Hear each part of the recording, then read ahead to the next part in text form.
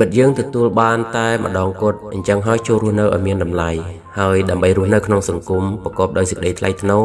ជាដំបូងជនក្នុងសង្គមត្រូវជៀសវាងការសាងនៅអំពើអាក្រក់4យ៉ាងទី1ការបៀតបៀនគ្នា2ការលួចប្លន់ទ្រព្យសម្បត្តិគ្នា3ការក្បត់ភក្តីភាពក្បត់ទំនុកចិត្តស្នេហាគ្នាទី4ការពោលពាក្យកុហកបោកប្រាស់ហើយបន្ទាប់មកបុគ្គលគ្រប់រូបជាពិសេសអ្នកដឹកនាំគ្រប់ជាន់ថ្នាក់ត្រូវជៀសវាងការប្រព្រឹត្តនៅច្បាប់ធម៌វិន័យ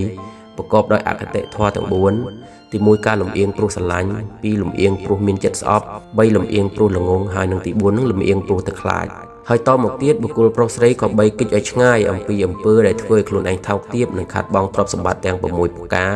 ទី1ការផឹកគ្រឿងសង្វឹងនិងការសេពគ្រឿងញៀន2ការប្រព្រឹត្តល្បែងភ្នាល់3ការមើលគេលេងល្បែងស៊ីសង4ការសេពគប់មិត្តអាក្រក់ទី5ការដើរលេងស៊ីចាយសប្បាយដាច់បង្ហៀហើយនឹងទី6គឺទម្លាប់ខ្ជិលច្រអូសក្នុងកិច្ចការងារនានា